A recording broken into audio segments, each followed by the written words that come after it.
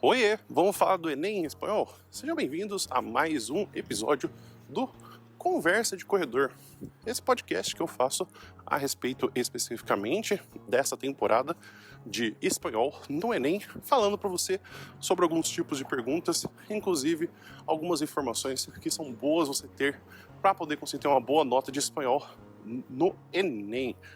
Meu nome é Alessandro, eu sou professor de espanhol, já vai fazer um certo tempo, eu estou estudando até mais tempo do que talvez eu gostaria, mas nunca deixando de ficar muito apaixonado pela língua e também de deixar de dar as informações que seriam muito úteis a vocês que vão fazer o Enem. Então, assim como eu falei para vocês, são 70 perguntas que a gente já teve no Enem desde o seu início de 2010 e principalmente existe um tipo de pergunta que muitos alunos precisam lidar, que eu acho muito engraçado, porque eles ficam sempre muito pavorosos, eles acham que vai ser o fim do mundo, que é a de tirinha e quadrinhos. Por incrível que pareça, muitos professores de línguas e também de gramática e literatura gostam de colocar tirinhas, e eu tô dando risada porque eu também gosto de, quando a gente tem as tirinhas, para poder ajudar a gente a ter um assunto. Então, não é à toa que as pessoas gostem de colocar ou que tenham medo, porque realmente muitas pessoas não sabem nem começar a lidar com uma tirinha ou com um quadrinho. Então, o que vai acontecer é que uma tirinha ou um quadrinho é geralmente uma coisa que a gente tem diferente, por exemplo, do Cartoon e da Charge. O Cartoon e a Charge, que vai ser depois, inclusive um outro episódio, vai ter uma configuração de algo que é atemporal, enquanto a tirinha e o quadrinho, ela tem uma rodagem de tempo a qual a gente tem que respeitar o que a gente sabe do universo das personagens, que a gente sabe também do que passa-se com ela, e inclusive até mesmo de, por exemplo, conhecimentos prévios, como por exemplo, qual que é a língua que é originalmente esse tipo de tirinha e quadrinho.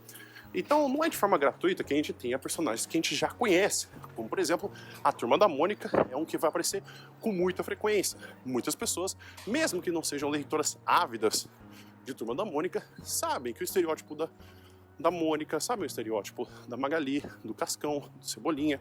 Então não é algo impossível de se saber para poder conseguir fazer a interpretação, porque o que vai cair dentro de um quadrinho ou uma tirinha não vai ser o conhecimento dessas personagens que estão na nossa frente, mas sim, como por exemplo, quando for aparecer uma Mafalda, que é muito comum aparecer essas tirinhas dentro de perguntas de espanhol, é entender qual que é a quebra de expectativa, por que a gente tem essas leituras que aparecem para poder gerar o humor.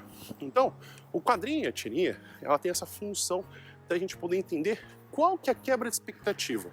Tem muita gente que fica falando, professor, mas eu não achei graça.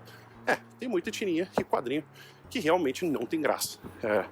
Preciso realmente confessar isso, que não é o ápice do humor, não é algo que você vai ficar morrendo de dar risada, mas sim, existe uma quebra de expectativa. Então o que a gente precisa entender quando a gente fala de tirinha e quadrinho, não é que você precisa achar aquilo extremamente cômico, achar aquilo extremamente a coisa mais engraçada que você já viu dos últimos tempos, ou que precisa ter um stand-up só sobre aquilo, mas que a quebra de expectativa é uma forma de análise que temos no texto para você poder conseguir entender por que o humor é gerado. A gente precisa entender que o humor, ele tem essa função de justamente interromper o que estávamos esperando que fosse acontecer, para que aí a gente possa ter um humor. O humor nada mais nada menos é do que você dar risada de algo que não estava esperando. Por exemplo, você acha que você dá risada de uma pessoa caindo no chão porque você gosta de ver o sofrimento das pessoas? Não, mas é porque você não estava esperando que aquilo fosse acontecer. Pode ser que seja até seu inimigo, mas aí já é outra coisa, já não é uma coisa que é especificamente de você precisar analisar um quadrinho. Isso aí já vai para um humor um pouco mais pessoal e um pouco mais de você querer ser vingativo. Então, quando a gente tem tirinha em quadrinho, a gente precisa sempre ver que o que vai acontecer de quebra de expectativa ou o que a gente não esperava de humor vai ser sempre posicionado no último quadro. Então é muito comum que as tirinhas vão se focar no último quadro ou na última fala do último quadro para aí poder então argumentar e perguntar o que aconteceu de quebra de expectativa. Ou pode ser até mesmo que você pergunte sobre uma expressão sendo utilizada, porque muitas vezes a gente vê alguns tipos de frases que vão aparecer para você que são perguntas do tipo: qual que é o significado da expressão sendo utilizada? E aí, quando a gente tem essas expressões sendo utilizadas dentro dos quadrinhos e das tirinhas, elas geralmente são expressões que são ou de um fenômeno de catacrese, que é a gente não presta atenção realmente no que está sendo utilizado de palavra para uma expressão, como por exemplo, pé de mesa. Se a gente fala um pé de mesa, a gente não está pensando que o pé da mesa é uma parte de um corpo anatomicamente humano que a gente deveria colocar uma meia para ela não passar frio. O que a gente está querendo dizer é que aquela parte da mesa vem como um final para o sustento da mesa, assim como também algumas outras expressões, como por exemplo, ser pão comido. Então, não é que a gente está falando que alguma coisa é realmente um pão que foi-se usado de refeição, mas para poder falar que alguma coisa foi fácil. Então, esses usos literais, esses usos de língua, que na verdade não deveriam ser levados ao pé da letra, que é muitas vezes o que a gente fala, né? É até meio confuso essa expressão, né? Falar ao pé da letra, sendo que a própria expressão, ela é uma coisa que também é uma expressão de a gente pensar, nossa, quando a gente fala alguma coisa ao pé da letra, é porque a gente está falando uma coisa palavra por palavra. Então a gente tem que usar uma metáfora, uma comparação, para poder falar uma coisa literal. É uma coisa meio difícil a gente falar línguas, né? Então, quando a gente tem essas dinâmicas com quadrinhos e com tirinhas, a gente sempre tem que tirar um pouco a nossa sustentação, a nossa crença de o que é engraçado e o que não é, para aí a gente trabalhar então com essa quebra de expectativa e esse humor que lhe é gerado.